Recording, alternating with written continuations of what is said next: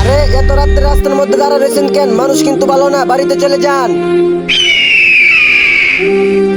আল্লাহু আকবার, এত রাত্রে আপনি রাস্তার মধ্যে দাঁড়া রয়েছেন কেন? এভাবে দাঁড়িয়ে থাকলে বিপদে পড়ে যাবেন, বাড়িতে চলে যান।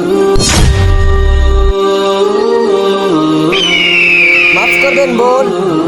আরে বোন, আমি প্রতিদিন দেখি বছরের পর এখানে দাঁড়িয়ে থাকো, এখান দিয়ে যেসব মানুষ চলাচল করে ওইসব মানুষ আপনাকে খারাপ বলে আর আপনাকে চিচি করে। আচ্ছা বোন, আপনি প্রতিদিন এখানে কেন দাঁড়িয়ে থাকেন?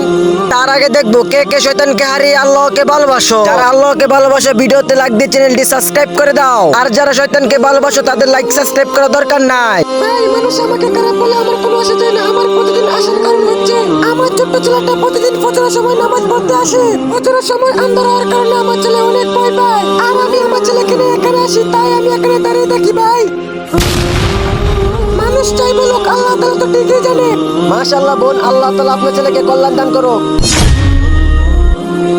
আম্মু, আমি নামাজ পড়ে এসেছি, চলো এখন। তুমি যদি নামাজকে ভালোবাসো তাহলে ভিডিওতে লাইক দিয়ে চ্যানেলটি সাবস্ক্রাইব করে দাও।